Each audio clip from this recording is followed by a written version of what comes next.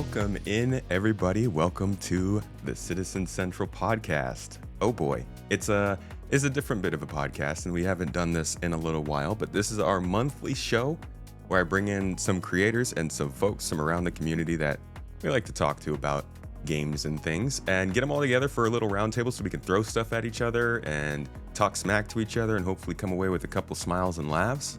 And if you've seen this show before, then you notice we got a little bit of a new setup. A little more space for the people to talk, see their pretty faces.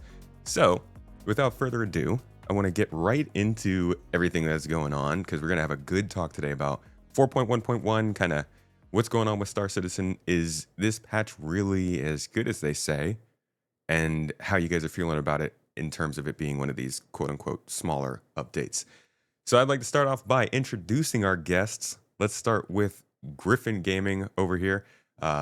My man is not just a stalwart of the community, a good friend, and also the leader of Soul Citizens, but also putting on an event this summer. A little pickup for the U.S. folks, because we can't fly all the way across the sea for everything. And so I want to give you the chance to talk a little bit about that, but also introduce yourself, your community, your content, where you come from. Lay it on us, man. Sure. Hey, good morning and greetings to everybody. I'm GriffinGamingRPG. I'm one of the producers with the Soul Citizens. We're a community group here that's been around for, in fact, this year we celebrated our 5th year streaming this year. And as always, I'm happy to be here with Space Tomato. It's been a little while, but also got some great faces surrounding me, so I'm excited to be here. The event you referenced is an event that some of you may have seen being advertised called Quantum Vegas 2955. Basically, the idea is that we're trying to put together a community event that happens annually in Las Vegas. And the idea is that we partner, kind of similar to how Vegas is. We're trying to do something like that. So we've got community folks there that are going to be there. We wanted the tomatoes to be there, but they're going to be on the other side of the globe, so we couldn't get them. Yeah. But we've got people like Paul Shelley, Starjump Grimm. Natronics is going to be there speaking. Then we've got people like Tyler Whitkin, Sean Tracy, Galactica. DePoets is going to be there. Several folks. Nick at Night. We got a lot of folks that are on the list of people. Commander France coming from Beacon Events. And we've got sponsorships. We've got giveaways. We're having a big Bar Citizen the night before, as always with most conventions or events, nice. I should say. Bar Citizen that Friday night. But it's July 12th, Las Vegas.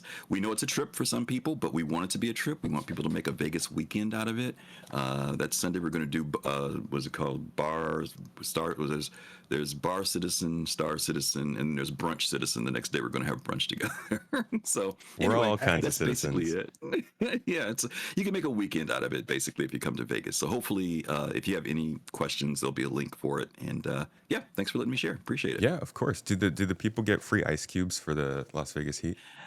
No. You know what? The place is completely air conditioned. We're having it at Area 51, which is this huge, brand new space geeky entertainment center that's amazing, over 200,000 square feet, and it's going to be really cool. We got a lot of giveaways. CIG's been very generous with us. We're doing some really amazing giveaways, so cool. Hopefully, folks can make it out there for it. Awesome, man. Well, yeah, if you guys are looking for, like, the one of the best parts about Star Citizen is this community. They come together, we stay together. Even if you're not like geeking out about the game, it's always just nice to hang out with people who have similar interests, because generally a lot of those things line up. It's a good time. So if you haven't been to one of these, I would check it out. And it sounds like there's a good one in Vegas. A little excuse to go party. You didn't hear it from me. Thank you, Griffin. LiefX, my friend, how you doing, dude? Hello. Let us know where your content comes from. Yeah, well, I mean, I ain't doing anything as cool as Griffin is. That sounds really sick. But yeah, no, I mean, I've been making videos on Star Citizen for 5 years now, but playing since 2019. So I'm a bit of a latecomer, I guess, which is crazy to say for a game still in alpha. That 2019 was the late come. But yes, I've been in it for a while. I've been keeping up with stuff. This nerd over here has been getting me to edit some of his videos. So that's a lot of my news, actually, is I keep up with the in-depth stuff. Space Tomato's got some of the best recollection of history that I've ever seen for this game. So it's really easy to follow along with him. But yeah, takes up just too doing my much own space stuff, in the having head, fun. dude. Is that what it is? You're trying to fill it Yeah, up now. it's just yeah. Yeah, so just been coming from the Rocket League scene, commentating Rocket League.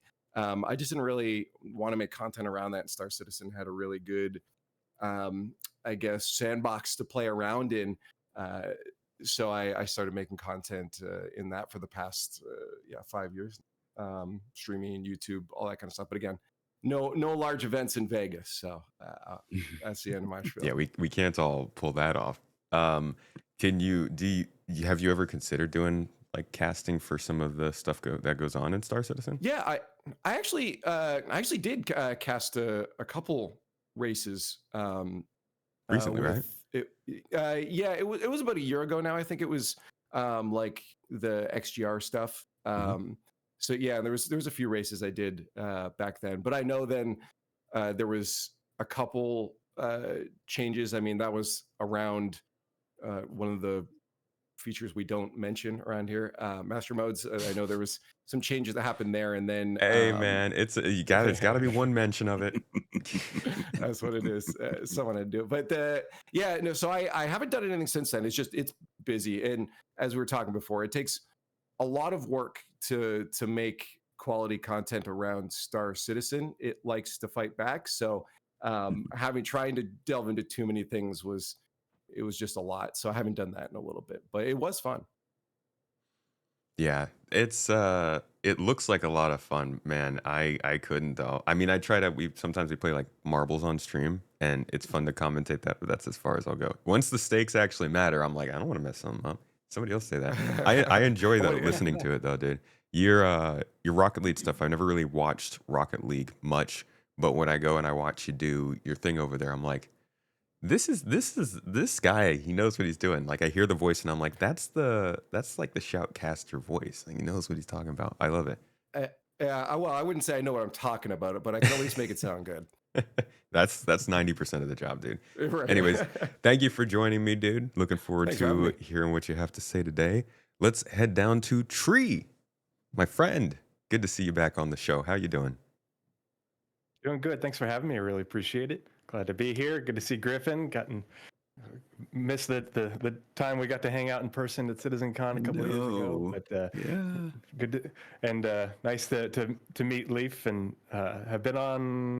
I think I've been on Captain's Table with Voidy before. So good to see all you guys. But yeah, I'm Tree0311, YouTube and Twitch. I co-host and co-produce a small podcast called the Pathfinders Podcast with Nazareth. Like Space Tomato, we follow the development of Star Citizen, Squadron 42, and all that in great detail, but with less production value. I'm a busy dad, so I don't. I'm getting back into the swing of things because A life busy has normalized multi-dad. a little bit. Yeah, multi-dad. Yeah. But I see that I've got a couple of my my people in chat, fellow crayon eaters. So I'm one of Star Citizen's resident former Marines. So I do all my content is charity driven. So if I'm streaming or if you watch the podcast later on YouTube, I'm always supporting stackup.org. And so I donate all the monies that I get to stackup.org. So if you want to support a really great organization that focuses on the power of gaming to combat PTSD and all that, please come hang out. Would love to see you. I'm going to be streaming more very soon now that everything has come back around full circle. So looking forward to it. Good to hear, man. You know, I just realized in this podcast we've got a leaf, a tomato, A tree. and a tree. Just need like a bush. Voidy little Vid. garden. Yeah, I mean we're getting there, right? Voidy Vids, my dude. Good to see you in the stream in the show today. Tell us what kind of nonsense and ship names you come up with and where people can find them. Yeah, Mr. Tomato, thank you so much for having me on yet another podcast. I always enjoy these type of things. I always say if anybody wants to talk to me about Star Citizen, I'm happy to do so. I could talk about this game forever, just like most of you probably can say the same. Yep, YouTube, Voidy Vids on YouTube. That's me. I make cringy gameplay content that that just, I don't know. It's silly, but people seem to enjoy it. I don't question their taste in online entertainment, but it is what it is. It's only cringy if you're a loser, dude. It's only the coolest people watch those videos, from what I hear. I say that because I watch them. So, Yeah. all right, y'all. Thank you, everybody, for joining us today and blessing these wonderful, fine people in chat, and also watching afterwards if you'd like to, with your wonderful opinions. We're gonna take daggers and knives to Alpha 4.1.1 today and talk about some of the details of this upcoming patch. Because as Star Citizen veterans, Leaf, I know you said you're somewhat of a newcomer, but I think 5 years is a pretty good. I think you know what's up, what's Five going years on. with a lot of research, so I got Yeah, yeah. maybe So some gaps here and there, but yeah, they filled in. as folks who have been around, you guys are very used to the whole four quarter updates, or sorry, 4 updates, one every quarter, kinda, and how they would do their point patches in between those that would generally bring in the bug fixes and the hot patches and all the stuff that was more stability focused and kind of small form. This year's clearly a lot different, and we've seen it kind of progressing throughout the months with 4.0.1 and then 4.0.2. Both, I think, gave people a different idea of how those updates would work. Then we got 4.1, which was nice, good addition, some sandbox stuff. Now we're looking at 4.1.1. And the first thing I want to ask you guys about this, get straight into the discussion, is does it feel like this is a advancement on what they've already been showing with 401? And do you think they're going to keep going with it? Or do you think this is kind of like they're not like and again, this is the context of these smaller updates, not talking about like 4.2, 4.3, and 4.4. Do you think these small updates are going to keep hitting this kind of level? We can start with Griffin on this one. Well, it's funny. CIG has said so many times in the past things they want to do, they would like to do, and sometimes they do it, sometimes they don't. And at the beginning of this year, they talked about the change in their cadence, and of course, there was a certain response from the community. Some people felt like, "Wow, this is good news." There were other people who felt like, "Okay, now what does this mean?" I think that in light of the development with Squadron 42, where so many resources have been placed over there over the last few years, and with them targeting next year for release, that there's a combination of things that might be happening. One of them might be just the fact that more people are being freed up from polish work over to start working within the persistent community, the persistent universe, rather. So that might bring more resource. There's also been an increase over the last year with more people being hired. And then it may be just the focus now that this is the time in their timetable that they want to be delivered to the community. The community's been asking for delivery for things that are broken, things that have been not working for many years, as well as even new features, things that they feel will make the game more sustainable. Chris's word of 1.0 saying that it would be something that was commercially viable, that people could come back to and play and feel rewarded. They have to start working on that at some point. And so they can't wait till, 4.5, 8, and then 1. They have to start early. They have to start bringing us toward that. And there seems to be some satisfaction from the players from what they're getting. Even now, at this point, they're feeling that something has changed, that they can come back to the game and play with some regularity without the disappointments. There's still things that need to be fixed, obviously, but I think that they are committed to that. I think they're committed to making the game, playable. And I think that weighing out giving us a lot of stuff versus giving us a lot of playability is going to be the balance for players. What do they want? And a lot of people felt like, well, if you're putting it all on playability, what happens to features and content? But I think that we've been pretty not impressed, but surprised that they are still delivering content in the midst of trying to make the game more playable and stayable for the player base. What if you've been hearing people? Go ahead. Sorry, I wanted to ask, do you want a more lukewarm take? Because I'm kind of in the vibe where I don't feel like anything's changed. Okay, let's hear it. I have yet to be able to play Hathor because it's broken every single time I try, and that was the whole marketing thing. Like for this patent, that's what they drove everything behind. And I still feel. Do I feel? I do agree, Griffin, that there is a commitment by the devs themselves to fix bugs. I still think there's a disconnect between their marketing, the fact that they still need to make money. I mean, with that many employees, you burn through a lot of money. I think people probably just haven't done the math. It's a lot of money you go through every year, and to stay afloat, you got to get stuff out and get people excited. So they do hype it up. But the problem is, I still can't play the game often. I walked a friend through the other day. He comes back like every year, plays for one day with me, and that's it. And I got him to do the tutorial, which I preempted. Hey, this isn't a real tutorial, but can you just do it without my guidance and see what happens? In the hab, he broke it twice, and we had to restart reboot the game. And then once he got out, he got to the navigation markers to fly up to the spaceport, didn't realize what he was supposed to do, and quantum somewhere else and failed the mission again.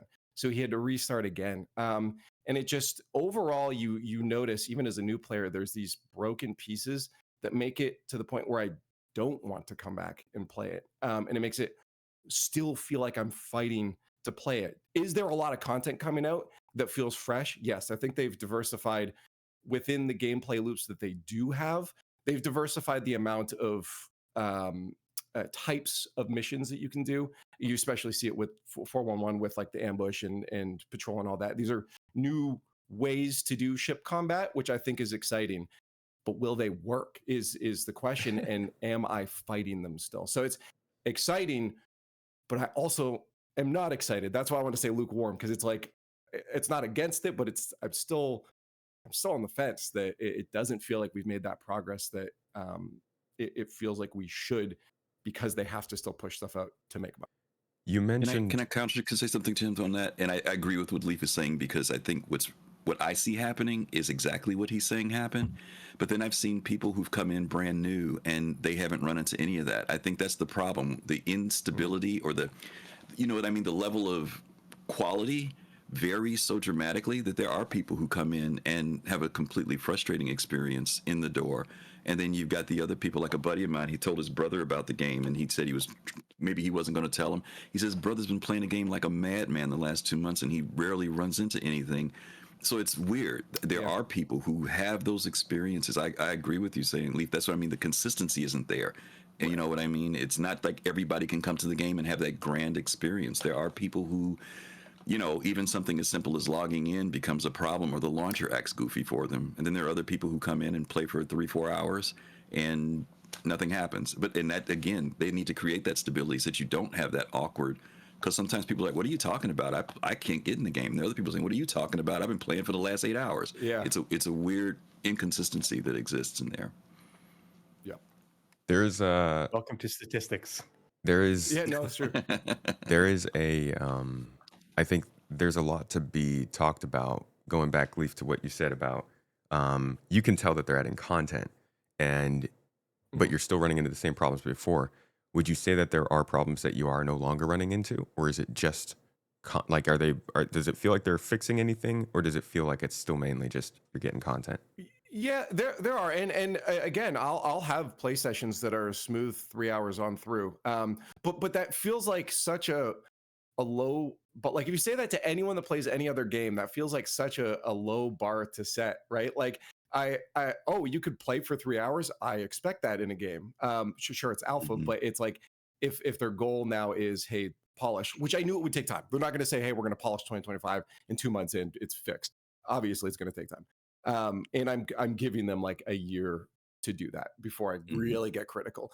But I still think we need to kind of step back sometimes and say, okay, is being able to play for 3 hours with no problems really a thing that we should be praising and celebrating?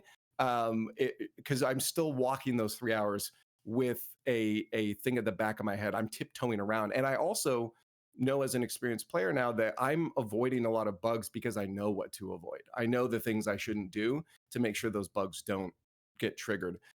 Whereas new players aren't going to know that. Again, back to my friend who ate the burrito immediately before his mission marker said to do that. So then when it came to eat the burrito, he couldn't eat the burrito. Like, those are small things that we avoid, Right. that others can't. So I think it's just, there are things that are fixed. Definitely there's, but I still have inventory issues. I still have missions that just don't work that they're promoting me to go and do.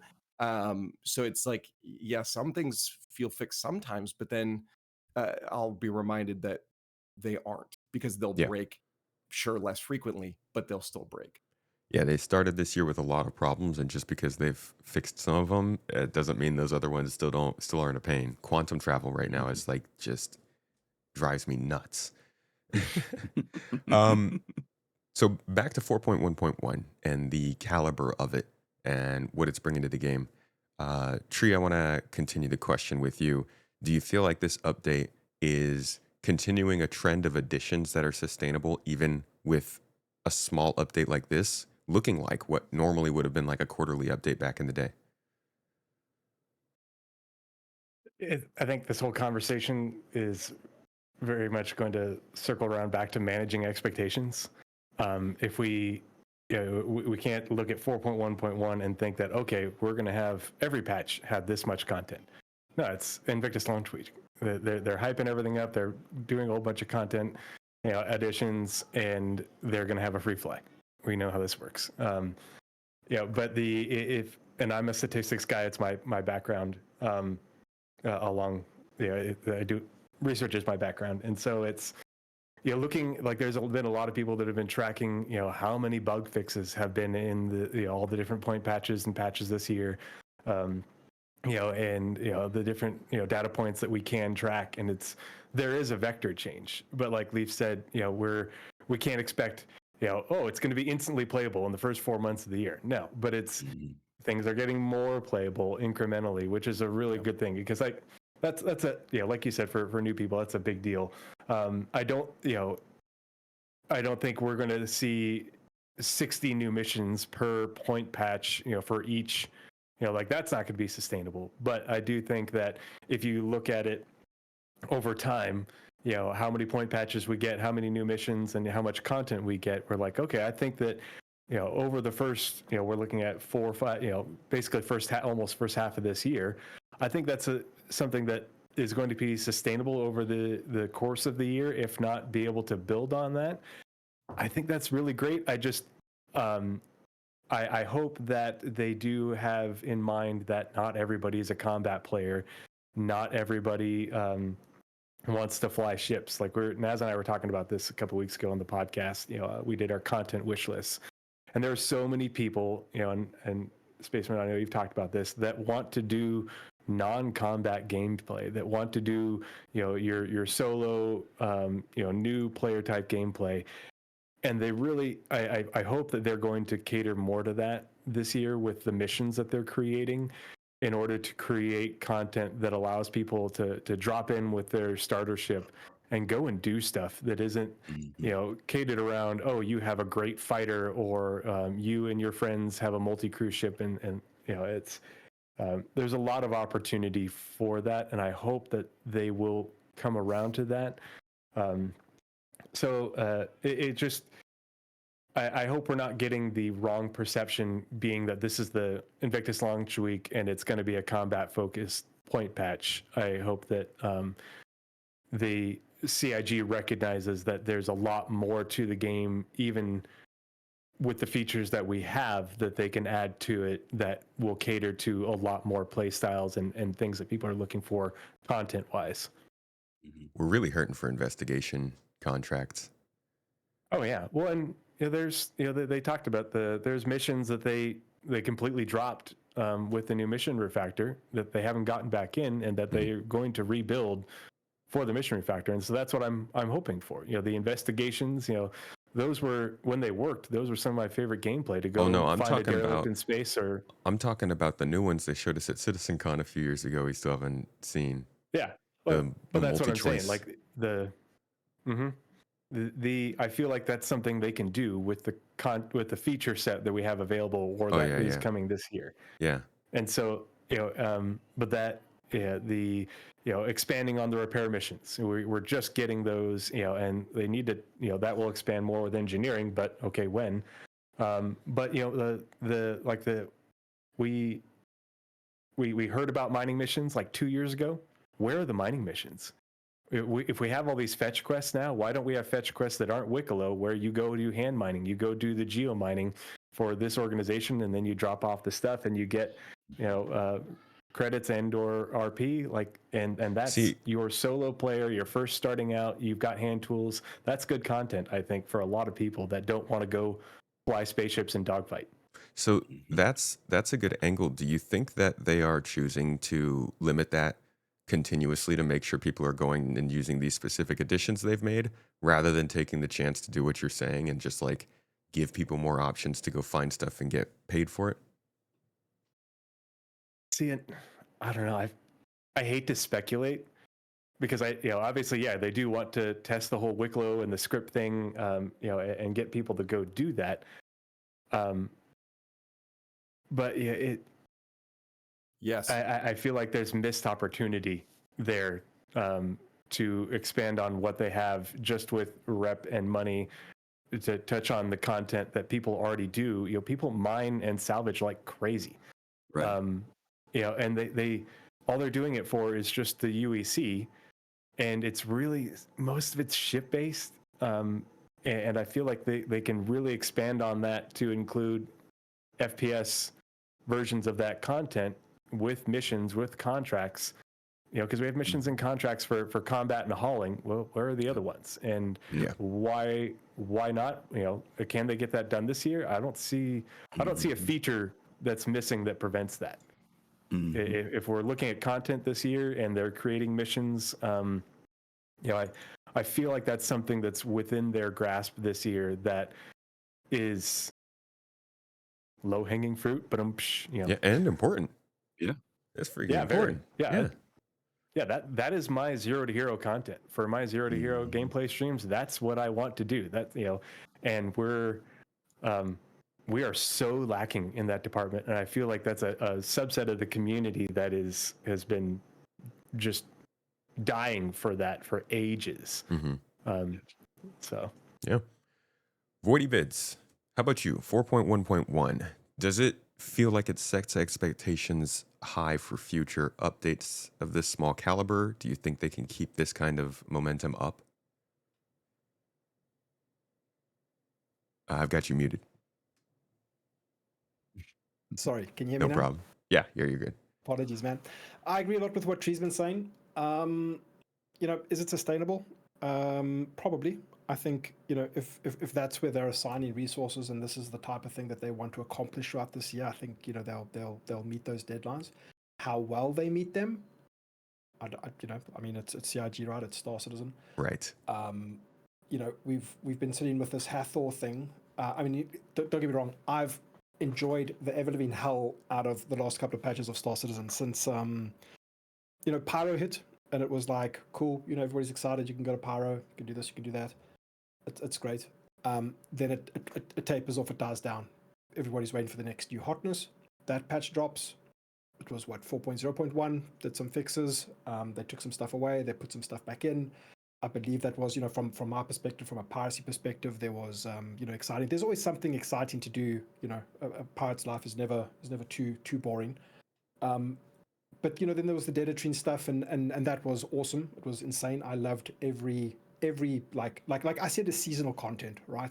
Now we're in this Hathor season, and that was also, you log in, instant Battlefield, Star Citizen, space fun. It's been incredible. I've had a lot of fun. 4.1.1, I'm kind of struggling to see what the hotness is, and I understand that this is the year of polish and the year of this and the year of that, but as LiefX was saying, it's anecdote citizen. Where's the consistency, right? If 50% of your player base, 75% of your player base are struggling or unable to play or having a completely different experience to the rest of your player base, what's happening? Why is that not being fixed, right? And it's just it's a weird sort of set of circumstances, and I'm interested to see how things go. I don't care that we're not getting like a massive feature drop, because historically what actually happened is there'd be a big new feature in a patch, and everything would break anyway, and then you have to wait for another patch, and then it would get fixed. But in terms of the playability and the stuff that you guys have been talking about, for your standard stars, I see something ended there. Are we still good? Yeah, you're good. Sorry. Oh yeah, he's just flipping cool. our program. Sorry. Where was I? Completely lost my train of thought. if for players who are veterans, quote unquote, the game's probably more playable for them than it's ever been. And I've had very little issues, and again, it's anecdotal. But for as LiefX said, new players coming into this thing, good luck, man. It's like you're not in for a great time. There's still a lot of friction. There's still a lot of problems. And I think, oh boy, the friction. You can look back. December this year, look back and see where are we now, how much progress has been made from a playability standpoint. I think that's sort of fair or whatever. But again, I rest very firmly in the camp. I don't pass too much judgment until Squadron 42 is out and in our hands, right? Then I will be way more critical of Star Citizen. But again, Okay. we'll see how that goes. Yeah. You had said there that you don't The other- really. Go ahead. Oh, I was just going to say is this year is sort of a preview for how much content they can generate for the PU. I mean, obviously we're still limited by certain 1.0 features not being in here, but the team is 1,100 people, and it's going to grow some more over the next few years. But this is sort of a preview, of a to look at. They're figuring out their content pipeline post 1.0 when the features are in, and it is more of a content driven development. There is, because once the 1.0 features are in, there's still going to be new features coming in, but not at the pace that they've been trying to deliver them. And I say trying to deliver them over, during the development. But this is going to be sort of a measure of, about the amount of content they can get in over a given period of time, and then some. As the pipeline gets polished and the team continues to grow. This is sort of like the low end of the ballpark expectation for what content delivery should look like. But it will be more varied and more polished by then. But Yeah, I think that's sort of where I'm setting my expectation. I think you make a good point there, really, in that the game itself, like the stuff they're adding is good, but it is still saying low effort it sounds negative. I don't want that to come off as like, oh, they're lazy, they're just pumping stuff out. But like the location we got took advantage of the fact that it had existent assets with what's it called? Theaters of War. Theaters of War. Yeah. The missions that we're seeing, as somebody pointed out, is it's 60 plus missions, but it's 60 plus missions coming from 4 archetypes. And like, while I think that's fine because we do need a lot of missions per archetype so people can just run through them, it still is easier content than, say, putting together a huge narrative storyline and stuff, which they are doing. And to be fair, I just do think that they are still doing what you're saying, which is kind of, this is still the minimum run of content. This is it's not their all cylinders running on Star Citizen. They're still doing a ton of squadron stuff and even spreading themselves thin across the mission team. So I do think that in terms of quality, it will go up. In terms of quantity, I don't know, for a patch the size of this. But I did ask Void how he felt the patch was overall as a big patch. I would like to continue that and ask you guys all now to go back around and just say how you feel about this patch overall. Is it as, like, there are YouTube thumbnails constantly talking about like so much content. 4.1.1 is blowing up, like it's so good. And I think some people see this and then they jump in and they're like, yeah, there's some new stuff, but the game still plays mostly the same. Do you think people are actually going to get that feeling when they enter this patch? Like, oh my God, this is so much content. This is such a big drop. Or do you think it's just going to be kind of a flash and then mostly people care about Invictus, and then after Invictus is over, we're all just like, okay, where's 4.1.2? I'll give you, Voidy, I'll give you another chance to answer that because I just added on to the question, and then we'll go back around the reverse order with you, Tree. Yeah, I mean, as you say, it's like the flash occurs and then people taper off. I think it's going to be the same thing, right? I will say that things have remained sustainable, but it's so hard to say because we don't actually have like, player numbers. There's no like Steam charts for Star Citizen. It's purely like from our perspective and what me and the org get up to. Things have remained consistently busy, right? And I think that's again a pretty cool thing about piracy in Star Citizen is that you're at the mercy of the health of the player base, right? If there's no players to pirate, you have no gameplay, right? Not that I understand Star Citizen is not so strict, and it's like you're not a pirate. You can be whatever you want to be and do whatever you want to do. And it's from my perspective, it feels like the game's sustained a healthier player base, right?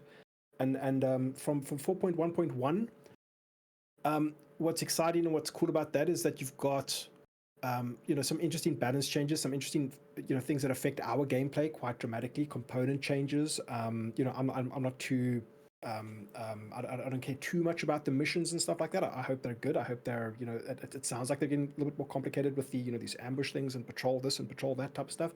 That sounds cool.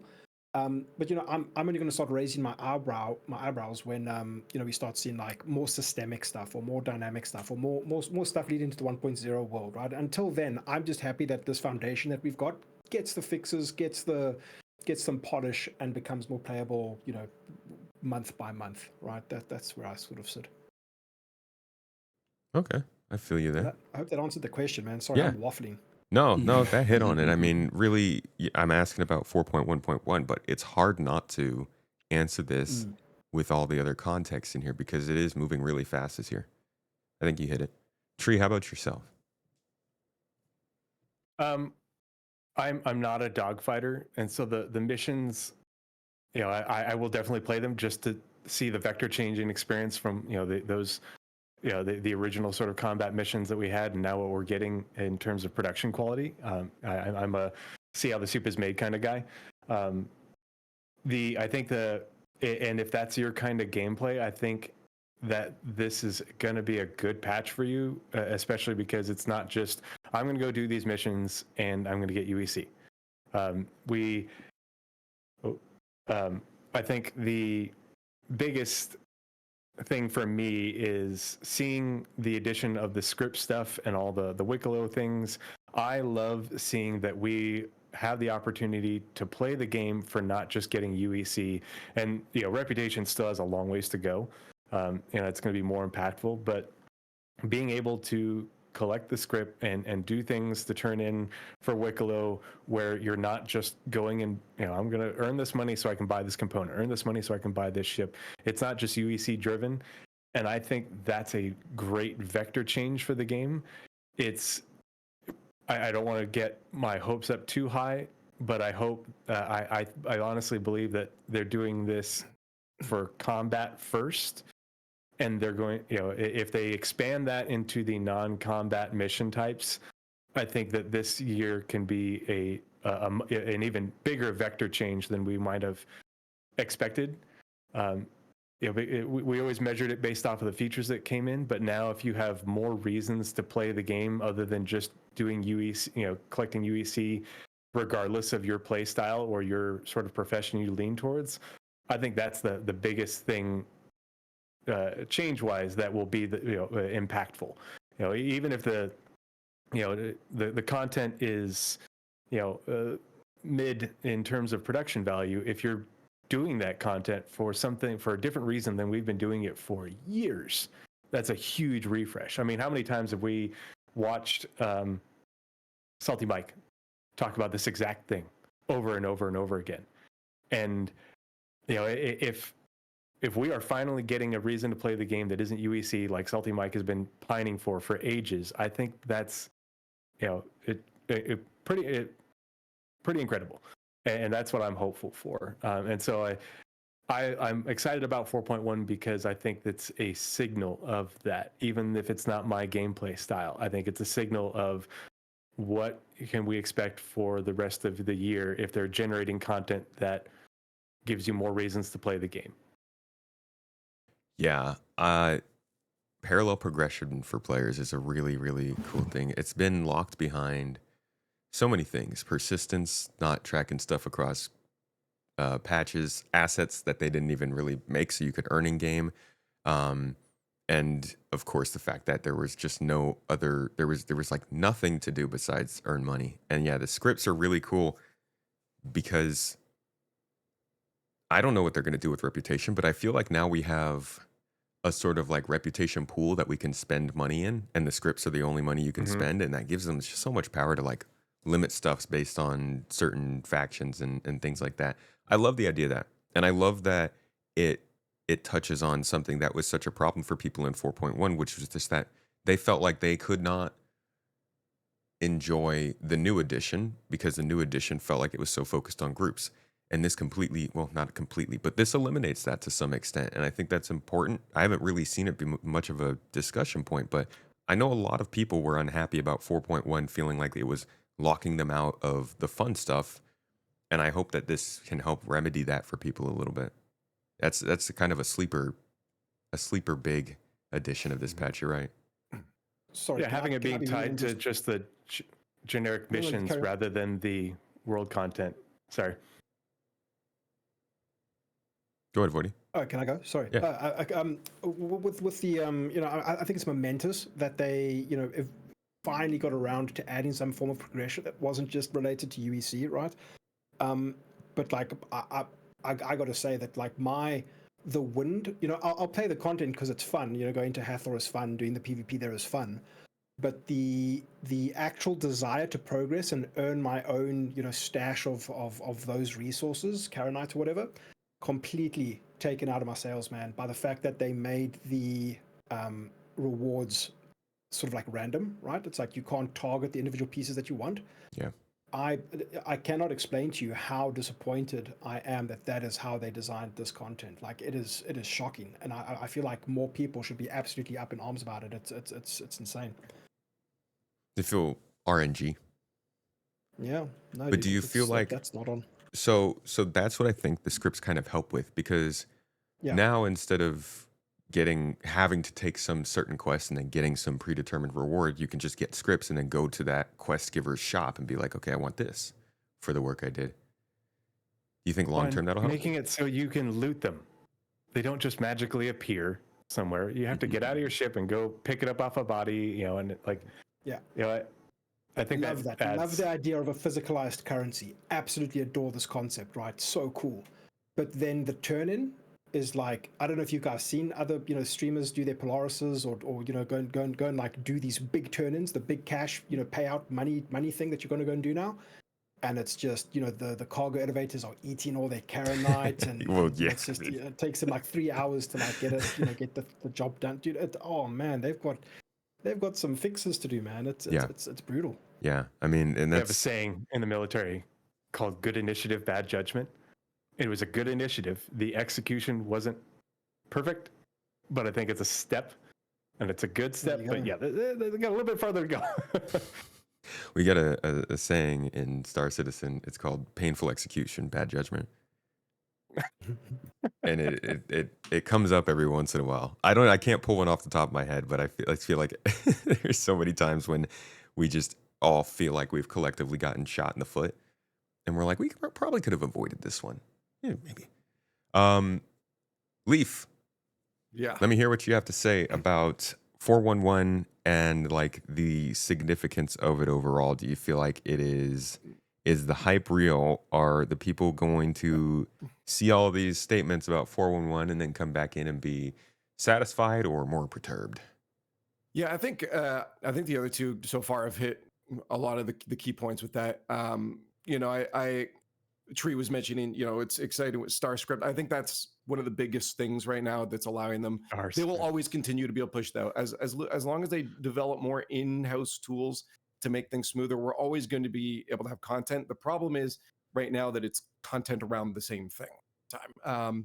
And again, I'm also not particularly into a lot of the combat. I like the combat when it happens here and there. Every once in a while, it's fun. Like I keep a gun on me at all times because you never know when I'm doing cargo missions. I had, you know, the other day someone jumped me at an outpost, another player, and I had a weapon, so I was able to turn it around and take them down. That's fun. That's exciting. That story.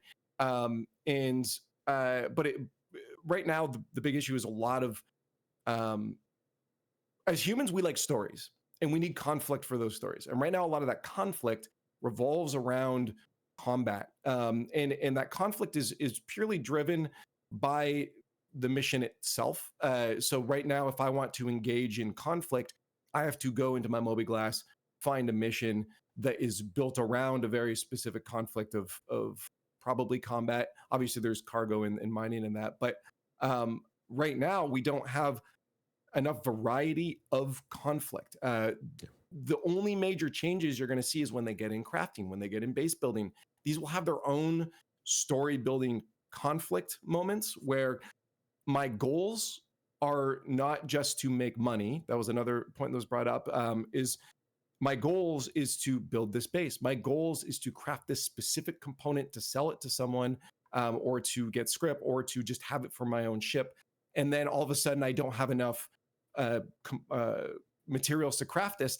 That's my conflict. That's my story. Now I got to go out and collect these materials. And in that moment, I walked along. I tripped and fell, or I was running too much, or didn't have the right suit, and I had a heart attack. That's my conflict. That's my story driver. It doesn't have to revolve around getting in a gunfight or ship combat with NPCs or other players.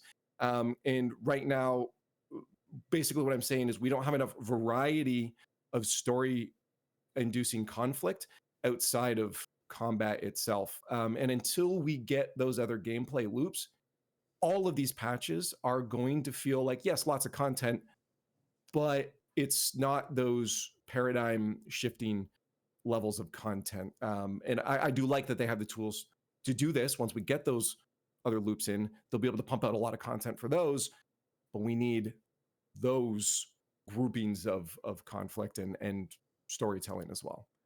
Yeah, I mean,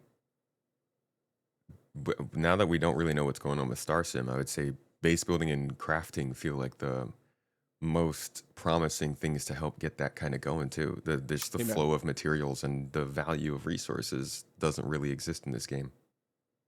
Yeah, you have to give as many varieties of goals as possible, and if there is base building very specifically, I'm sure everyone realizes this, but that inherently gives the player a personal attachment to something in the game.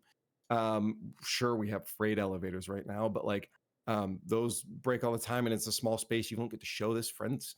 You can't really have friends come over and be like, "Hey, look at the setup I have in my home." You know, base building gives you that personal investment to come back to. So many games are built around this. Like you look at games like Rust, Minecraft, all this. The point of it is to create something personal that's yours, that you own. Base building is a very key thing that will absolutely keep me driving. And then I'll be more incentivized to go and do an ambush mission because I know I'm going to get script or a material at the end of it to build my base, right? Like you need to have those goals that you can come back to, not goals that you go in and then figure out what your goal is. Okay, which mission today am I doing on my mobiGlas? No, I already know what mission I'm doing because I already have a personal goal. Yeah, Hathor locations are the first time I've actually felt like that was a thing in game for me too. It's like I haven't run through Hathor either. It's been broken every single time I find it. But nowhere else in the game have I ever had so much fun just treating as a sandbox environment where I'm just exploring and finding things and admittedly engaging in a lot of combat because that is, like you said, that's still a lot of the primary way of doing it. But I go there, I loot, sometimes I meet different players, sometimes they work with me, sometimes they don't. Sometimes there are different ships in the area I have to avoid. There's different kinds of loot at times. PvE goes on in different locations, and I just like it's the first time I've ever gotten into the game and been like, I'm just gonna head here and see what happens today because I know something will be happening, and I do appreciate that. But I hear you. We need a lot more of that kind of thing, and definitely outside of combat. Yeah. So with what LiefX has been saying, I like this is what drives me in Star Citizen, right? It's like this emergent gameplay generator potential that this insane game has going for it, right? And that's why I gravitate so strongly towards piracy. Even though you're saying from an anti-combat perspective, I think from a combat perspective, piracy is the thing that it's the gift that keeps on giving in terms of that emergent gameplay. But that's how, I feel like they've got such a good foundation for this to start taking place, but nothing's connected or systemic enough, right? And I always like to look at like, you know, a Skyrim or a, you know, what are these games with like some kind of, you know, light management or simulation taking place, where it's like, you know, you'll have a goal in Skyrim and you'll travel down the path and then you'll see a fox and you'll walk over there and then a troll's fighting a dragon and you broke your sword, now you must go and do this. And, you know, you've had these series of events that have now, you know, in Star Citizen it could be like, oh, I ran out of fuel and now I need to do this. And, you know, the trajectory of your intended gameplay has changed. But I'll still see a and dragon you've got all the... in Star Citizen. yeah. Space dragons win, TM. Yeah, dude. And I think that's such an important component for me that I hope that they manage to get right. And it's one of those things that I've always believed that they're consistently laying a good foundation for it. But then how do you go and guarantee these things happen, right? Because I think when that happens to a player, you know, certain games, certain titles become so special in the collective consciousness of gamers when they can all have that sort of experience, right? That's kind of guaranteed to happen in certain games. And then you're like, you know, you have that clicking aha moment, right? And I think hopefully in the future, when these systems become, you know, get into place, it becomes more apparent for the average player to, you know, to log into the game and have these moments. And then that's when I think, you know, Star Citizen just, it takes off, right? It enters that mainstream consciousness and becomes something special. I appreciate that. Griffin, what are your thoughts on the patch and really how it might be taken from players given the hype surrounding what is traditionally a smaller patch, and it's coming in now with just a lot of people feeling like it's doing a lot of good? Yeah. I don't know. It's like, in retrospect, historically, it's like whenever CIG talks about a patch or something, it seems like I don't know. I don't want to blame us content creators, but we're the first ones to say there's nothing in this patch. And then over a period of time, stuff starts coming out. Then the wave starts to swing back that, oh, this is the greatest patch. And I know CIG is also marketed this patch as having a lot of content. But I think a lot of the making a patch sounds underwhelming starts out with the community first, because they're looking for things. And when that patch comes out, or when the patch notes come out for the next thing, and they don't see those things, there's a bit of frustration on their part. So they say, well, there's nothing here, or there's not a lot there. To me, I don't know. Maybe my context is I look at Star Citizen, whether it's in the PTU or whether it's live, as nothing but testing. I don't come to Star Citizen looking for a working experience. If it happens, it happens. But when I come to the game, I don't know if there should be an expectation of things working all the time. And so when these patches come out, I think people look for patches to say that, oh, something's going to be working or it's going to be better. And it should. I'm not saying that it shouldn't be. But I don't know. I struggle a little bit when people come to Star Citizen, and you know, maybe that's because we think that because there's a PTU, well, that's where it's supposed to be buggy, but when it's live, it should be working. And I don't ever see this game that way. I always see it as it's always a work in progress, and you want it to be as working as much as possible. That I would agree with. But the idea that things should be operating because they're live, I don't know. I don't know if that's a good place to be in your head if you're going to try and do a game that's in development like this. I do want to go back to something that Tree said earlier, which was about the community and what we're looking for. I've had this conversation with my folks in Soul Citizens before, with talking about why is combat so heavy? You know, why does the game seem to be so heavy when CIG has talked about all these quote unquote wonderful things we should be able to do in the universe? And I think a lot of it has to do much more with business and money than it has to do with anything else. I don't think we would raise $800 million if this game was about archaeology, you know. But ironically enough, exploration was the #1 voted thing that people in the community wanted. Yet, not one exploration ship in this game does exploration. None of them do. And I've got a fleet of them. They're all great cargo ships. And so there are people on the PvP side who say that they're not getting things, they don't have things. But God, I can tell you, us exploration people don't have squat. I don't even have a freaking artifact to dig out of the ground after all these years. So I think that from a business standpoint, and if you look at just the industry in general, what generates money is conflict. And that's understandable for me for business. I'm willing to wait on some of those game features. Would this game make $800 million if it was about farming? No, it wouldn't. They've picked the area where they're able to generate revenue and generate interest. But after waiting many, many years, over a decade, I think it is important, like Tree said, that there are enough things there right now that those of us who are doing mining, the TDD, I've been looking at that globe spin for freaking 12 years. I want the TDD to be meaningful at some point for me. I don't want just the gun shops to be meaningful. I want the hospital to be meaningful. There are these other career areas that I would like to see tier 0, tier 0, tier 1 of things to introduce. And I know that they're moving toward that. But those other areas that are fleshed out, like mining and salvage, I think could be much more both organic in the sense of encounters that happen when you step out into the world, as well as if somebody wants to punch that Moby glass or go to the TDD and find something that they can go do.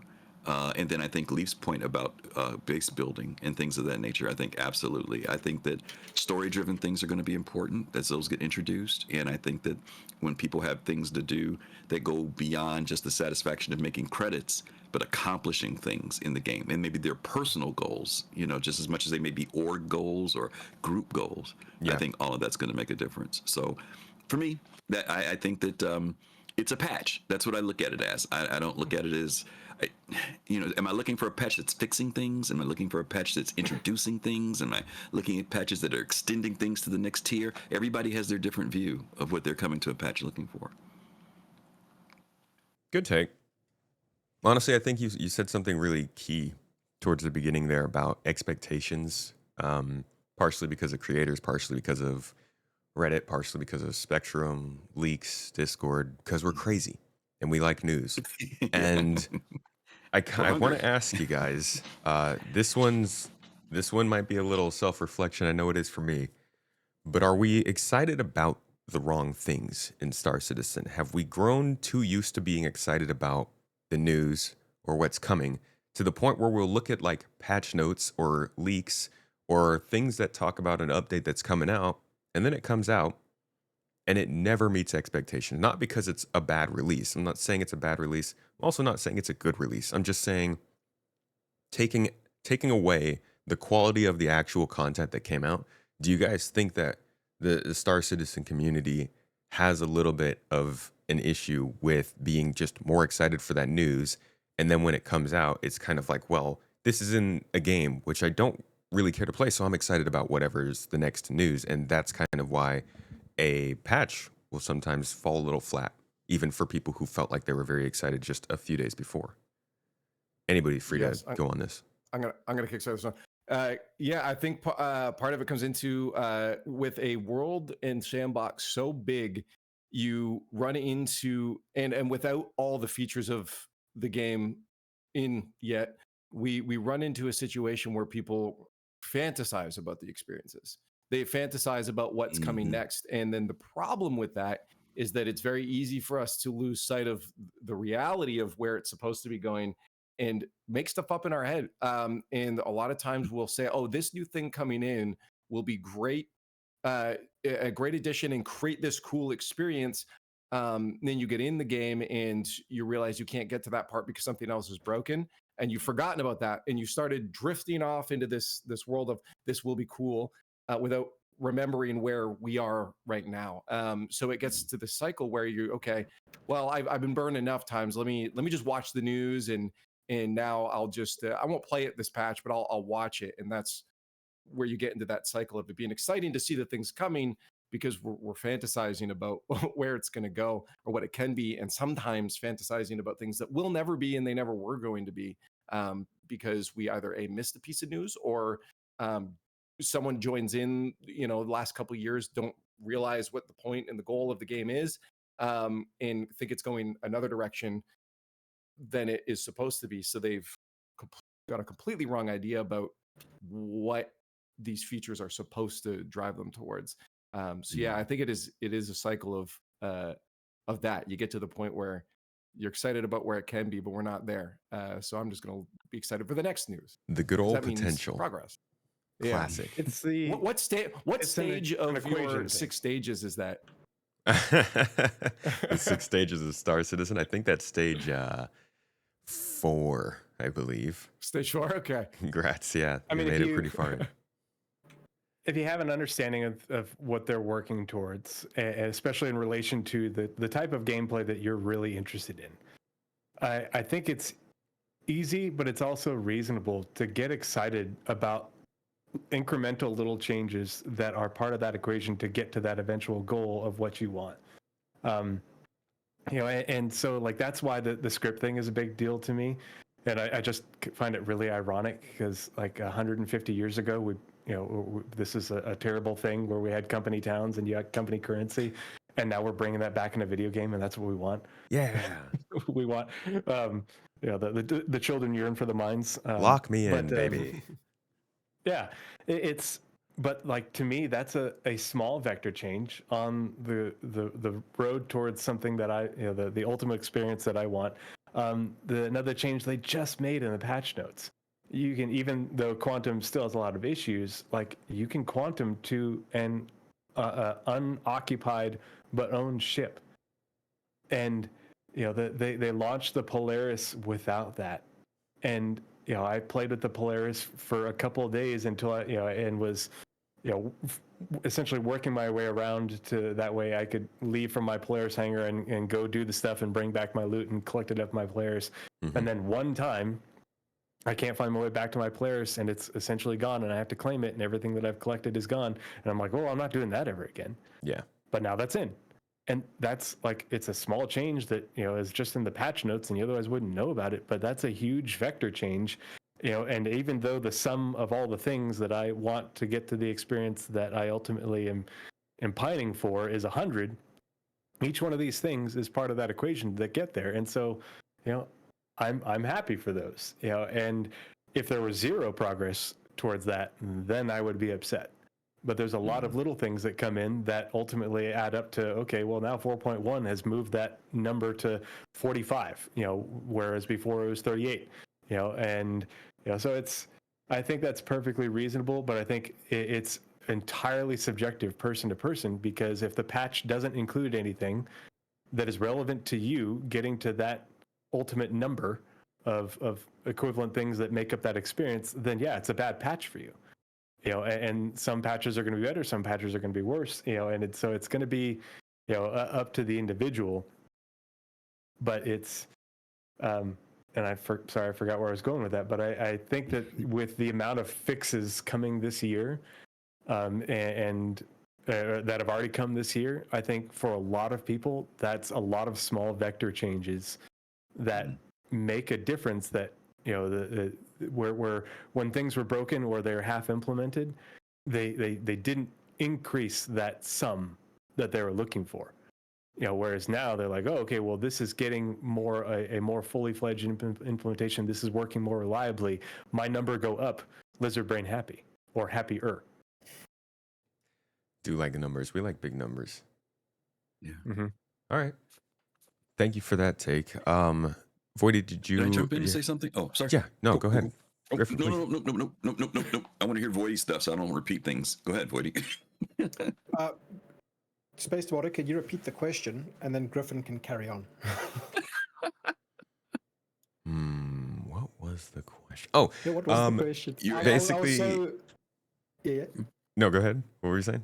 I was intrigued by Tree's.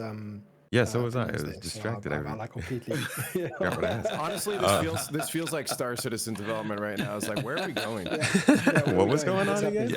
Yeah. I forgot. Sorry, I lost long-term persistence. I can make mine quick. It was based upon what you asked, Leaf, and it was about the fact that how we as the community are when these things come out. I think that there's this.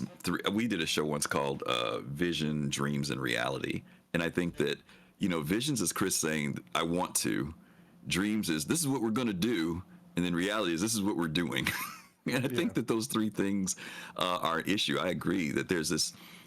Players have in their own minds what they would like to see because they see the potential of the game. Sometimes we were talking about this last week. We did a show, and we were talking about how even the visuals of this game make you dream.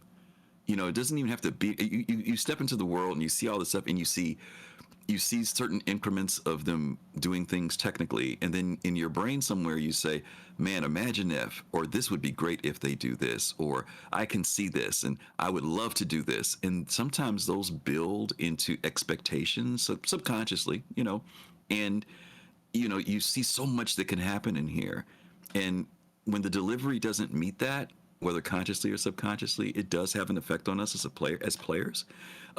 Some of those things will never happen. Some of them will happen over time.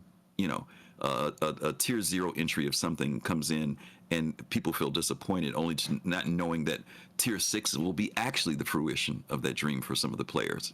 But I think that but then there's so much uncertainty because will CIG deliver those things? They could have good intention to deliver certain things, but if there's technical limitations or some other limitation that comes up in the game, we may not see things. I played Eve for 7.5 years when it first opened up. There was so much stuff that was broken in Eve all the time. And now when I look at their things that they're doing, it's like, wow, look at that. But they're freaking 20 years in now. And they're finally delivering some really cool stuff. And so I don't know. I'm not trying to project that for CIG. I'm just saying that playing that game for 7 years, I think I was playing like from year 3 to year 10 or 12, like year 12. And I mean, there was just stuff that they had said from the very beginning they wanted to put into that game that did not exist when I left that game. And I was frustrated by it because I was drawn by all those other things. I wanted to do some of the aspects of that game.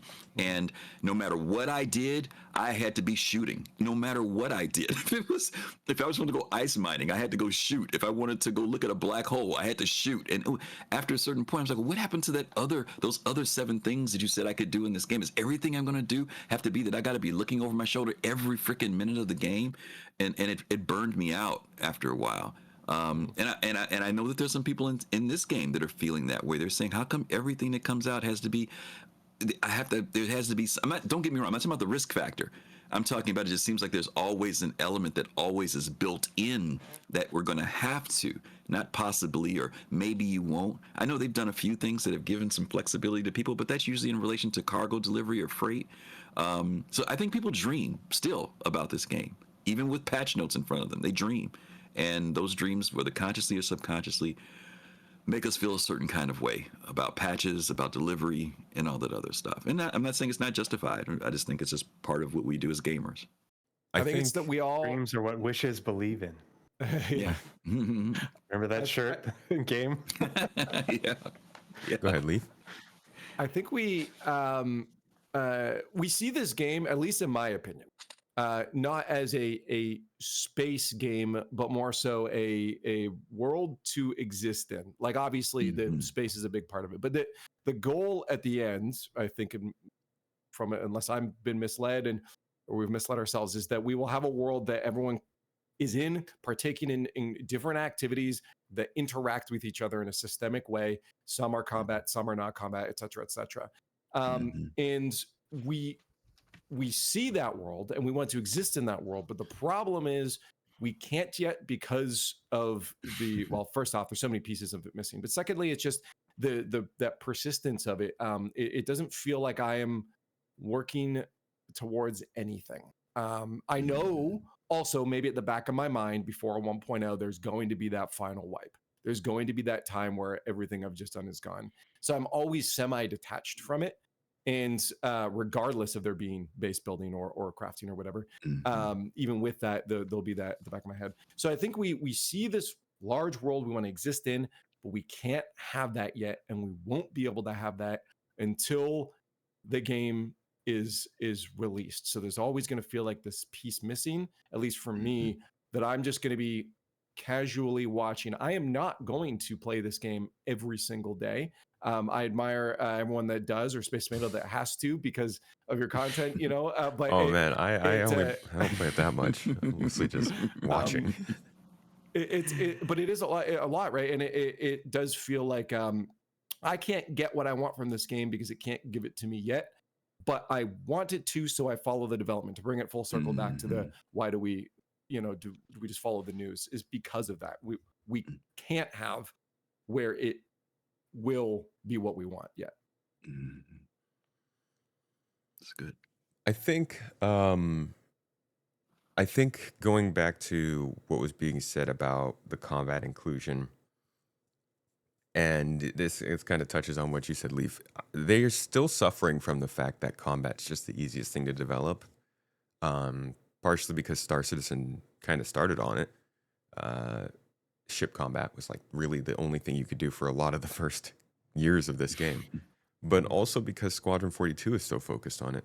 So the amount of time they've spent probably trying to like figure out weapons and ship defenses and shields and all that stuff is going to be so vastly greater than the time they've spent figuring out how the breakdown of how this mineral refines into its good ore, you know?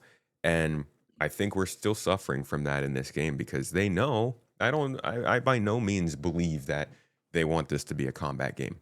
Okay, Star Citizen wants money. CIG wants money, Mr. Krabs style. Okay, they like they're not gonna drive people away from the game if they want to do things that aren't combat. Obviously, we always are gonna have this inherent risk in certain areas, but I genuinely think that a high security area, if they do security right in this game, you're not gonna be worried about. You're gonna be more worried about PVE pirates than players.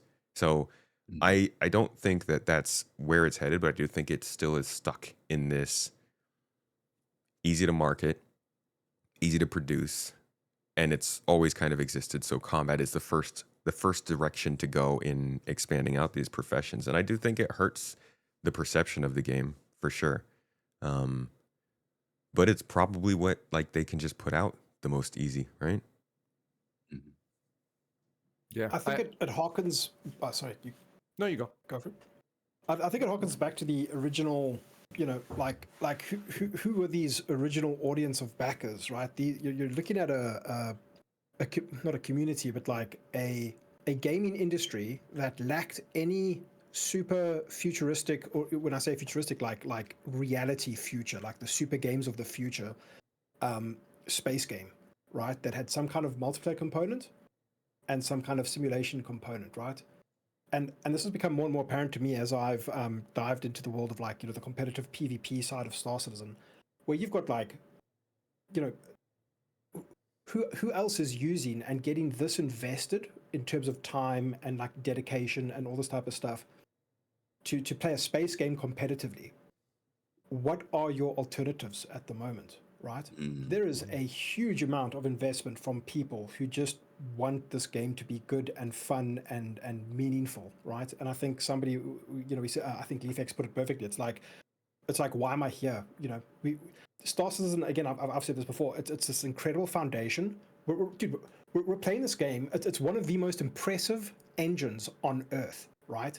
Like what other engine is doing stuff that Star Citizen is doing right now that you can log into and play, right?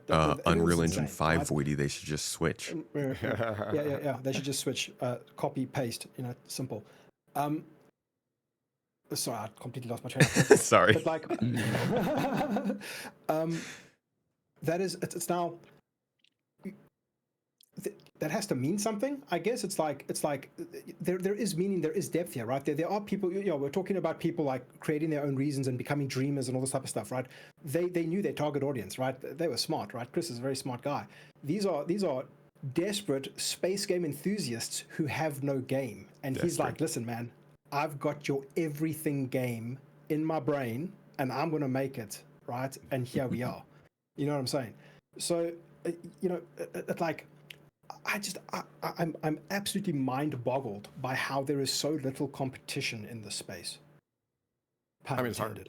I mean, realistically, it is near impossible. I mean, so I'm gonna call them out because I think there's a lot of talented people working on this game, but I also do see a lot of mistakes that have been solved by the games industry 100%.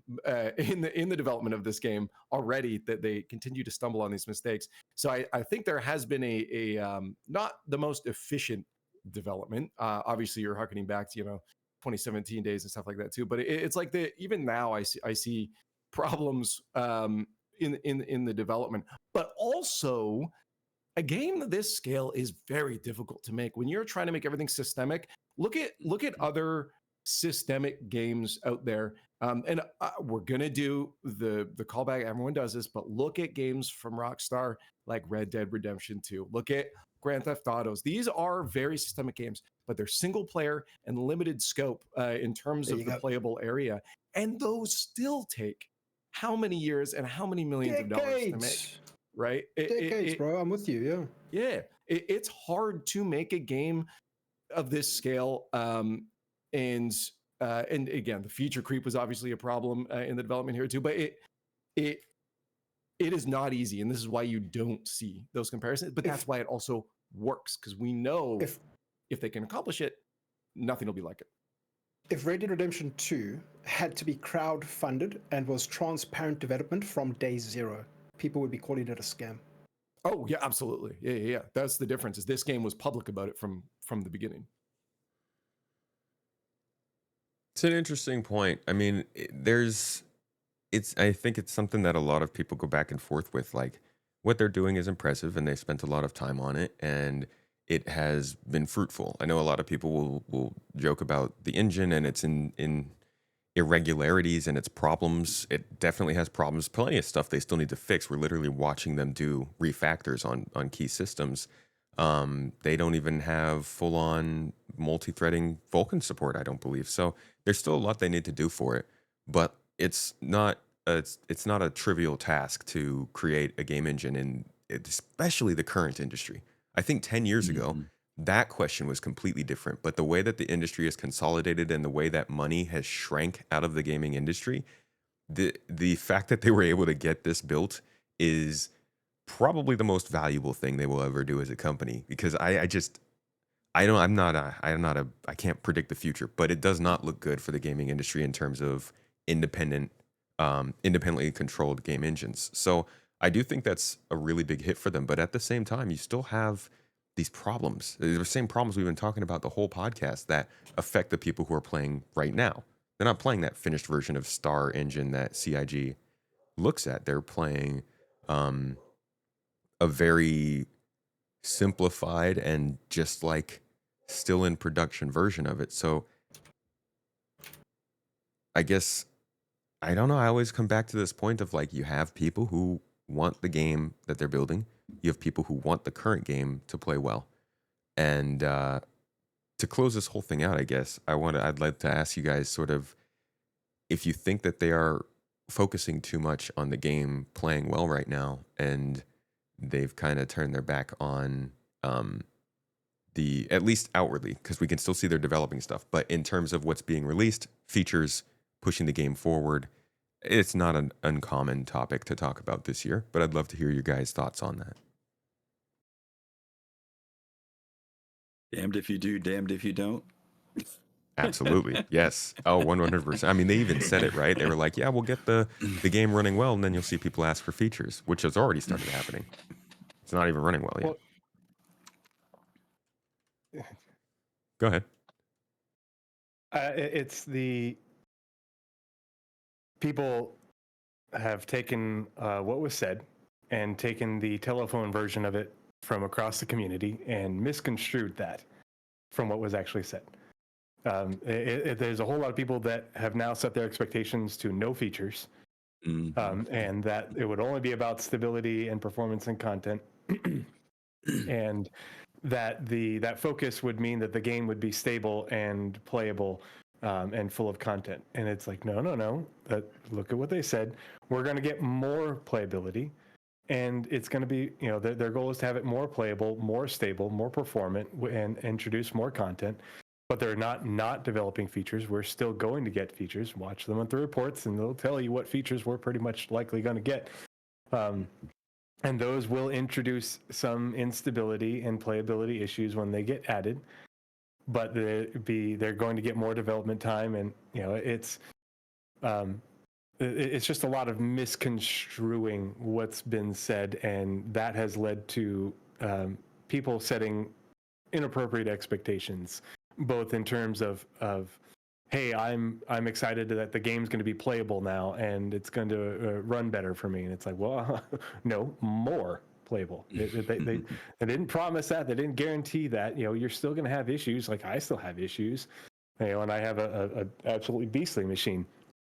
But again, vector changes. It's we're already more playable. It's already more performant. They have been doing a whole lot more fixes. And that is a good change. The big question is, are the features that they are currently working on and that are most likely to come? And I don't think of this as just 2025. I think of this as 2025 plus the lead up to 2026, because that they're saying it without saying it. They still need to get the Squadron 42 features into the game, so we're not playing two different versions of the game when Squadron comes out. And I'll say that until the cows come home. We're not going to have Squadron 42 running on Star Citizen 4.5 while the PU is running on Star Citizen 4.2. I do think. I don't think. Sorry, you can finish. Oh, yeah, it's. But I think that those features are the ones that are well in development that we're seeing in the monthly reports that we've seen demonstrated a lot of, that are the most impactful changes to the game and how we play it. That, along with the content and the improved performance and playability over that same period of time, that's going to make the game a lot better. Great? No. Better? Yes. I will say this. They did say 2025 year of playability. So in the letter from the chairman, they certainly set the stage for this being a year. And I think everybody also is very aware that like the game needs to meet a plateau of playability this year for sure after server meshing. That's what I figured was always their plan. And so I think they're working towards that. I think they're making progress towards that, but it's not happening as fast as we would hope. And I think the fact that we didn't get the mission or transit refactors really hurt this year overall. But yeah, I hear what you're saying. And I do think that by the end of this year, they're going to have a lot more people excited about the game that they're playing than what Star Citizen could be. Not saying that the majority of people will be excited about that. Most people want the game to be made. But I do think that there's going to be a lot more general excitement in the community about actually playing the game at the end of this year than there was at the end of last year. That's for sure. And I've been doing polls on my YouTube channel every month of community sentiment, and the results are actually kind of surprising. It was not great towards the end of last year, but since then I have like 3 different options on there. One of them is happy, one of them is not happy, and then there's one in the middle. Happy and not happy have completely switched. Back in October, it was like something like 18% people were unhappy and 8 people were happy, 8% of people. Now it's like 22% of people are happy, 9% of people are marking unhappy. And this is a small slice of the community for sure. Definitely biased. Stats guy here might have a thing to say about that. Have all the people that were unhappy left and not entering the polls.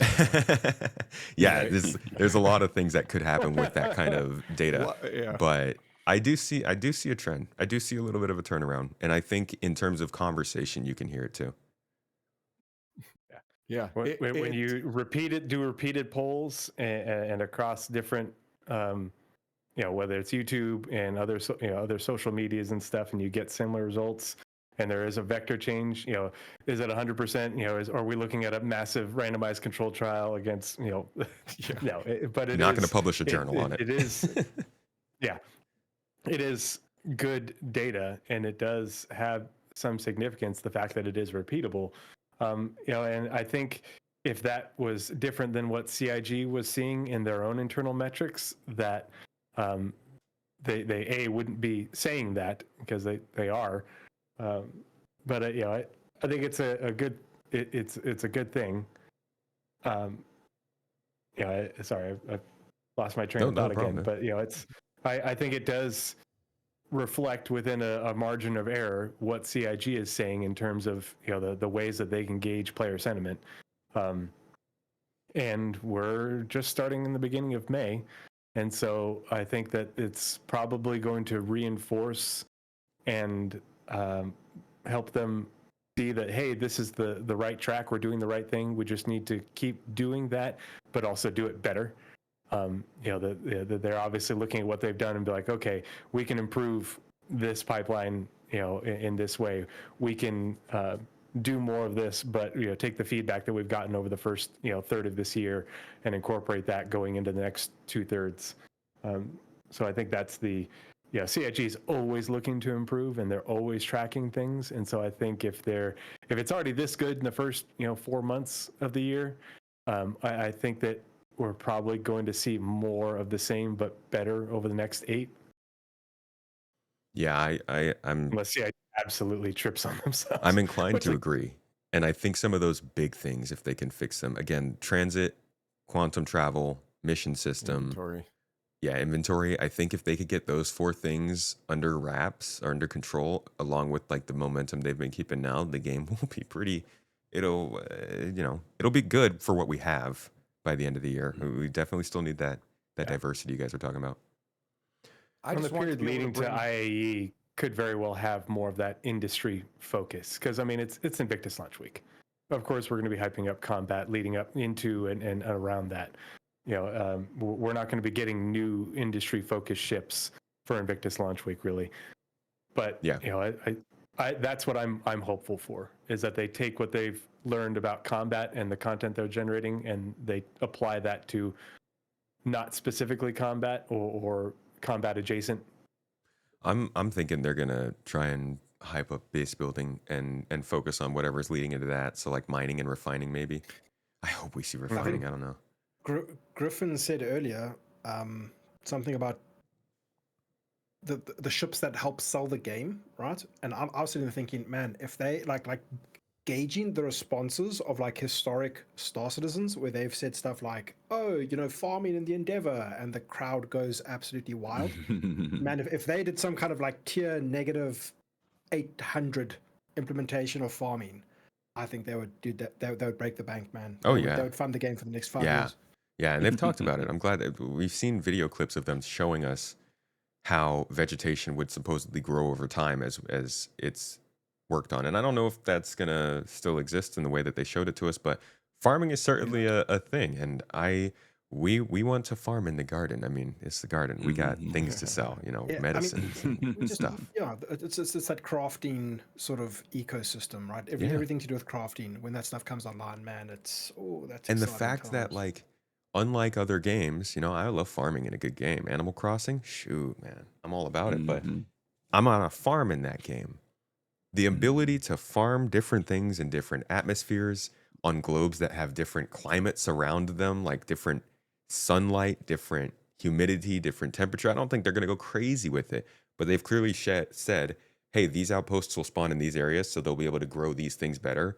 And I can only imagine that's going to be the case. So you're obviously going to grow something different on Microtech than you're going to grow on Hurston. So that on its own could be very, very cool for a game like this. But look at us again, dreaming about the things we don't have. Imagine. And then when it comes, I'm going to be like, screw farming, dude. I want to do data. All right, to wrap things up here real quick, I want to ask you guys one final quick question. Are they releasing too many ships?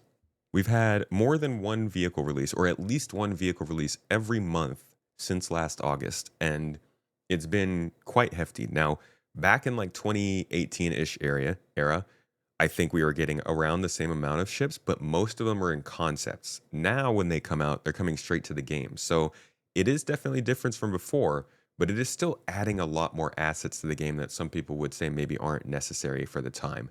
Do you guys feel like they're adding too much, or is it good for you, and why? I'll start. Give it a go. I don't think you can ever have too much variety of advanced science fiction spaceships in an advanced science fiction spaceship game. I think that just it adds, from a casual eye, it adds cool variety and makes the world feel more and more alive. From a practical point of view, it keeps funding the game, which is a good thing, regardless of how you feel about their marketing tactics or the monetization of the project. I can't see a negative with this, right? Keep on pumping out the ships, keep on bringing in that cash and make the game. All right. Anybody else got something to say about that? As long as we are seeing that they are working on the ships in the backlog, and that's one thing where, the ISC team, and this is totally just me theory crafting, but I totally think that the reason they're making less content is because they're working on Squadron 42 marketing. That's where the rest of their FTE is going to right now. But I still think that they could do more to highlight the ships that are in development versus just the ones that are about to release. They gotta keep stringing you along. They can't finish those ships. They gotta Well, I mean, but we know they're working on. They just showed off the Pioneer, but we haven't seen their work on the Perseus. We haven't seen their work on. What happened to the BMM?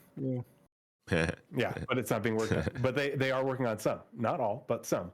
If there was no headway on the backlog, then it would be, hey, why are you releasing so many new ships that are not part of the backlog that we paid for?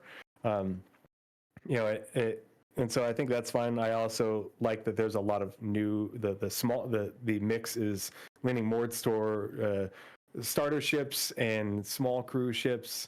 You know, versus big expensive things. I think that's the market they need to be leaning towards, the more normal gamer people versus people who are willing to spend hundreds on the game, if not more. And you can see that, obviously from the Asgard and other vehicles, that they are doing the kit thing. And it's also, this is great for them training the vehicle content devs, who they are hiring and expanding the team for. So it's good for a number of reasons, both for us and for CIG. And so I think it's fine.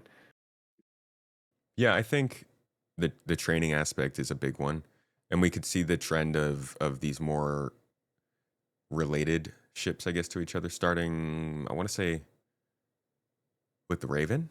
I think with the Saber Raven, they released what was the first one? The Firebird, I think, and then from there they did the Peregrine, and then after that we got the Terrapin Medical, and then we saw the Fortune, and now we're seeing the Asgard. So they are doing a lot of these not quite variants, but sort of like related, based on the same chassis. And from people I've talked to, obviously this is normal in like ship development in the Navy and on ground platforms, but it does obviously come off as they are pumping them out because they need to train people and they need to make money. And honestly, I think most people I've talked to don't have a problem with that, as long as the ships aren't just completely useless or stepping on another ship. But honestly, that's something we won't know until they balance all these ships, right? Further in the process. Yeah.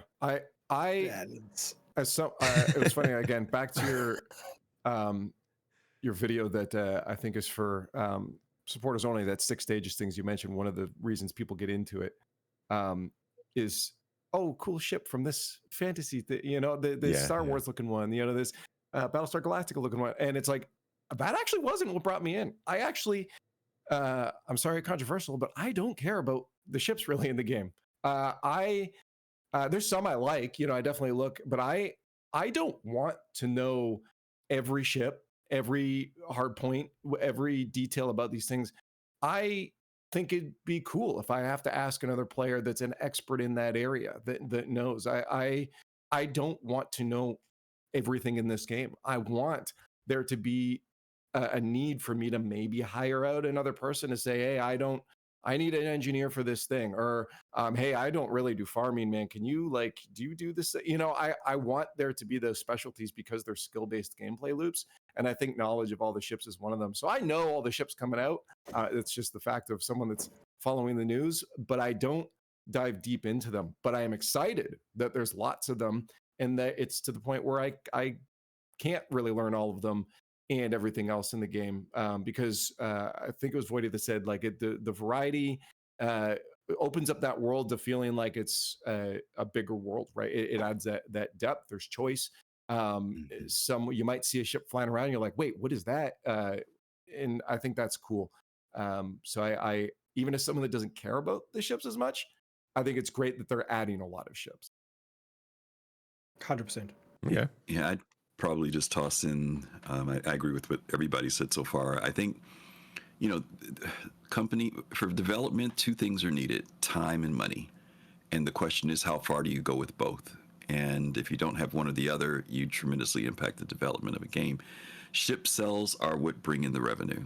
And I think that the accountability of how money is spent is based on us as consumers, what we want to spend money on. There are some of us who have stopped spending money. There are some of us who love going in and doing the CCU game. There are some people who just constantly melt and reflip, and then you get people who come in and bring fresh cash in. there has always been the argument about ships that have been on the backlog, and that's understandable from a consumer standpoint because we're used to once we pay for something within a certain amount of time, whether reasonable or unreasonable, we expect something to be delivered to us. Yeah, and it should. And I don't there are think that's some ships unreasonable that, at all. yeah. I mean, but I'll give you an example of the what's the Crusader, the Starliner. the Genesis, the Starliner, right? Starfarer. It'd be great to have the Starliner, or the Starliner, but transport gameplay isn't built out in the game, so it would just be a hanger queen for me. But as a consumer, I'd be satisfied to say, "Ooh, I've got my ship." But then the next thing is, well, it's not doing anything, and that'd be another thing. So in my mind, I'm like, well, until you get that transport stuff together, I'm okay with that. But other folks, from a consumer standpoint, are like, no, I waited that game. This 2015. It's 10 years later. I should have it in my hangar. Different people have different feelings about what they're willing to wait for and what they want delivery in. So it's a mixed bag for me when it comes to the sale of ships. It brings in revenue. It keeps the company going. We're not having to pay a monthly subscription, which CIG is something said that they would try to avoid. And if it does that, that's fine. But I would love to see, one of the things that CIG did say was that when ships come into the game, that we start seeing the areas of them that they're supposed to be doing. That we start to see those ships being built out. I was impressed when I went on the Idris just this recently, even though I've been on it dozens of times. But the one that's hanging out at Area 18 right now, for the most part, many of the functions on that ship are working now. We've gone into the ship before and certain things weren't operating and working, but certain mechanics in that ship are working now. And that's taken time for that to happen. I would love to see other ships start to become that way. And I know it seems like real simplistic things, but you go on the C8R and the fact that you can open the drawers and store things in it. But I've got ships that I can't store certain things in. Yeah, that's or the real certain sucker. suit lockers. I would love for suit lockers to work so I could put environmental suits in my ship and not put them in the inventory area. There are little things like that they could do that are quality of life for me that they've started to do a little bit in certain areas on ships. Some things they don't go into the notes. The patch notes. If you go into the brig on the Idris, all the jail cells work now. You can open and door them from the control room. I didn't see anything about that in patch notes, but they've started introducing just little bits and bobs of things that can ultimately make these ships start to feel like I'll live on it. I'll store my stuff on it. I won't deal with the frustration of taking 10 minutes to get out of the spaceport. Now I can actually put everything on my ship and know that it's going to be there, and I can start my game there and immediately go to meet my friends, not have to be on trams and all these other things. I would love for habs to be available so we could start renting them, some form of economy. There's little things that I would love to see them do. Yeah. But the ship selling thing, that's about bringing money in. Whether they're new ships, concept ships, old ships, and I understand from a consumer standpoint, people want their ships delivered. They're trying to make money. But that's a thing. People want their Apollo before we get more medical gameplay. Hey man, I think the Liberator doesn't really have an excuse anymore besides physics. Yeah, I agree. Yeah, so I was hoping that was going to come when Pyro came. That was the ship I was really hoping was going to show up. I don't even own one. I just wanted it to be in so people could move their ships around, but alas, it didn't happen. Bummer. Yeah, I do think that the ship situation is an interesting one. There's a lot of different angles to look at it, and I think you guys have all done a great job of talking about them, so I won't bring it up. But one thing that I did see in chat that I think is really easy to forget is that every ship they make for the players in this game is also being made for NPCs. The Idris is a level. The Starfarer, the 600i, the 890 Jump, the Hammerhead, all of these ships are levels that will be used for missions, that might be used for little narrative bits. You might have a thing that literally just has you go on a ship and get transported to another planet, but you being on that ship along with the NPCs is still part of the game. And so even if they're making a cutlass steel that no player really wants to use, it's going to be freaking great for dropping off a whole bunch of cannon fodder for us to fight at some point. And so from that aspect, I think it also is helpful that they have so many ships. But I still do think that they got to be careful when it comes to balancing all these ships against each other when it comes to different component combinations, and then Maelstrom coming in, and you've got, you can add in different just combinations of equipment, components, commodities, all this stuff. That might start to get difficult, but I do think that what they're doing right now mainly is about making sure that the money stays coming. and Squadron gets finished. That's I have to say okay. this: the Cuddy Steel was great on those platform missions in in Orson. Those side guns were nailing guys left and right. That was the only time I ever really used it and enjoyed it, but it was a lot of fun. Nice. All right, guys, that's gonna be it for today's show. I'd like to thank you all for coming. Thank you, everybody who watched, whether you're live, if you're a supporter with us here on Discord, or if you're watching this after the fact on YouTube. Thanks for checking it out.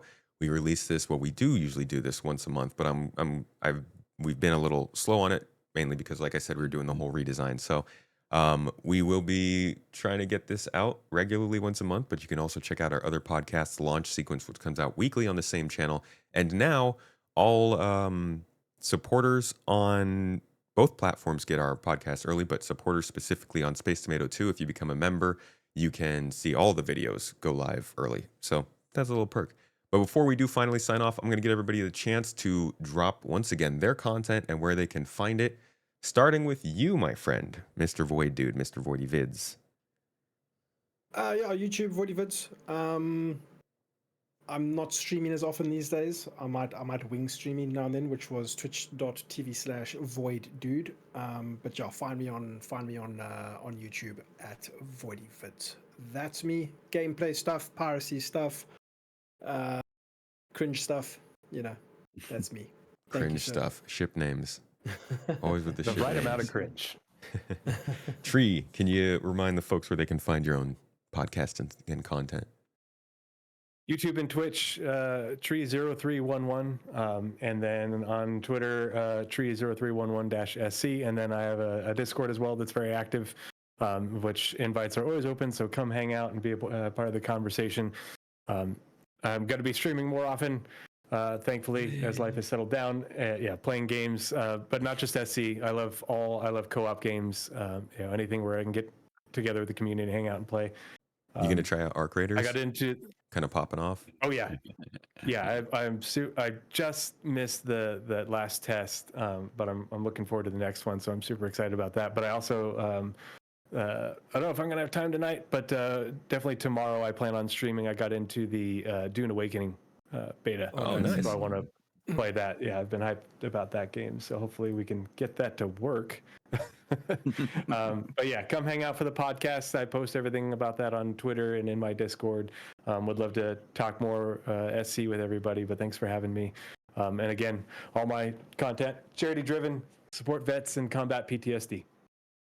That's really awesome. Thank you for that. And thank you for being on the show, dude. It's always good to have a talk with you. This dude, thanks for having me. Among most of the people I know around Star Citizen, I would say Tree is one of the equivalent obsessors of like words and details and looking up what's going on in the past. Words matter. Yeah, so it's a good time having a talk, man. Leaf, my friend, Hi.